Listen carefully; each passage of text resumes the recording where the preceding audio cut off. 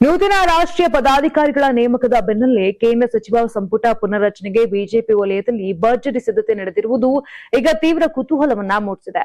ಲೋಕಸಭೆ ಹಾಗೂ ಮುಂಬರುವ ವಿಧಾನಸಭಾ ಚುನಾವಣೆಗಳನ್ನ ದೃಷ್ಟಿಯಲ್ಲಿಟ್ಟುಕೊಂಡು ಮೋದಿ ನೇತೃತ್ವದ ಸರ್ಕಾರ ಕೈಗೊಳ್ಳಲಿರುವಂತಹ ಹೊಸ ರಾಜಕೀಯ ಲೆಕ್ಕಾಚಾರಗಳೇನು, ಇನ್ನು ಸಂಪುಟದಿಂದ ಯಾರು ನಿರ್ಗಮಿಸಲಿದ್ದಾರೆ ಮತ್ತು ಹೊಸಬರಿಗೆ ಯಾವ ಮಾನದಂಡದ ಮೇಲೆ ಅವಕಾಶ ಸಿಗಲಿದೆ ಎಂಬುದರ ಸಂಪೂರ್ಣ ವರದಿ ಎಲ್ಲಿದೆ ನೋಡಿ. ಪ್ರಸ್ತುತ ಕೇಂದ್ರ ಸಂಪುಟದಲ್ಲಿ ಪ್ರಧಾನಿ ಸೇರಿದಂತೆ ಒಟ್ಟು 69 ಸಚಿವರಿದ್ದು, ಸಂವಿಧಾನದ ಪ್ರಕಾರ ಗರಿಷ್ಠ 81 ಸಚಿವ ಸ್ಥಾನಗಳಿಗೆ ಅವಕಾಶ ಇರೋದ್ರಿಂದ ಇನ್ನು 12 ಸ್ಥಾನಗಳು ಖಾಲಿ ಇವೆ. 2029ರ ಲೋಕಸಭಾ ಚುನಾವಣೆ ಹಾಗೂ ವಿವಿಧ ರಾಜ್ಯಗಳ ವಿಧಾನಸಭಾ ಚುನಾವಣೆಗಳನ್ನ ಗಮನದಲ್ಲಿಟ್ಟುಕೊಂಡು ಸಂಪುಟವನ್ನು ಪುನರ್ರಚಿಸಲು ಬಿಜೆಪಿ ಮುಂದಾಗಿದೆ ಅಂತ ಕೇಳಿಬಂದಿದೆ. ಕೇವಲ ರಾಜಕೀಯ ಲೆಕ್ಕಾಚಾರ ಮಾತ್ರವಲ್ಲದೆ ಪ್ರಸ್ತುತ 14 ಸಚಿವರು ಒಂದಕ್ಕಿಂತ ಹೆಚ್ಚು ಖಾತೆಗಳನ್ನು ನಿರ್ವಹಿಸುತ್ತಿದ್ದು, ಅವರ ಮೇಲಿನ ಕಾರ್ಯಭಾರವನ್ನ ತಗ್ಗಿಸುವುದು ಕೂಡ ಈ ಬದಲಾವಣೆಯ ಮುಖ್ಯ ಉದ್ದೇಶವಾಗಿದೆಯಂತೆ. ಪಕ್ಷದಲ್ಲಿ ಸಂಘಟನಾತ್ಮಕ ಜವಾಬ್ದಾರಿ ಪಡೆದವರು, ರಾಜ್ಯಸಭಾ ಅವಧಿ ಪೂರ್ಣಗೊಂಡವರು ಹಾಗೂ ಕೆಲ ಹಿರಿಯ ಸಚಿವರು ಸಂಪುಟದಿಂದ ಹೊರಬರುವ ನಿರೀಕ್ಷೆ ಇದೆ.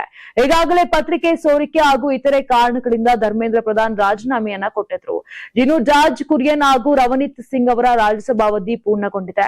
ದೆಹಲಿ ಮತ್ತು ಉತ್ತರ ಪ್ರದೇಶದ ಬಿಜೆಪಿ ರಾಜ್ಯ ಘಟಕದ ಅಧ್ಯಕ್ಷರಾಗಿ ನೇಮಕಗೊಂಡಿರುವ ಹರ್ಷ ಮೆಹ್ಲೋತ್ರ ಮತ್ತು ಪಂಕಜ್ ಚೌಧರಿ ಹೊರಬರಲಿದ್ದು, ಪಕ್ಷದ ರಾಷ್ಟ್ರೀಯ ಖಜಾಂಚಿ ಜವಾಬ್ದಾರಿ ಪಡೆದಿರುವ ಪಿಯೂಷ್ ಗೋಯಲ್ ಕೂಡ ಸಂಪುಟದಿಂದ ನಿರ್ಗಮಿಸಲಿದ್ದಾರೆ. ಅಲ್ಲದೆ ಒಬ್ಬ ವ್ಯಕ್ತಿಗೆ ಒಂದೇ ಹುದ್ದೆ ನಿಯಮದಡಿ ಪ್ರಮುಖ ನಾಯಕರು ಸಂಘಟನಾ ಜವಾಬ್ದಾರಿಯುತ ಮುಖ ಮಾಡಲಿದ್ದಾರೆ. ಇನ್ನೊಂದು ಕಡೆ ಸಂಪುಟದಲ್ಲಿ ಯುವಕರು, ಮಹಿಳೆಯರು ಮತ್ತು ಮಿತ್ರ ಪಕ್ಷಗಳಿಗೆ ಹೆಚ್ಚಿನ ಪ್ರಾತಿನಿಧ್ಯ ಸಿಗುವ ಸಾಧ್ಯತೆ ಇದೆ. ಕರ್ನಾಟಕ, ಹಿಮಾಚಲ ಪ್ರದೇಶ ಹಾಗೂ ಚುನಾವಣೆ ನಡೆಯಲಿರುವ ರಾಜ್ಯಗಳ ಹೊಸ ಮುಖಗಳಿಗೆ ಮಣೆ ಹಾಕಲು ಚಿಂತನೆ ನಡೆಸಲಾಗಿದೆ.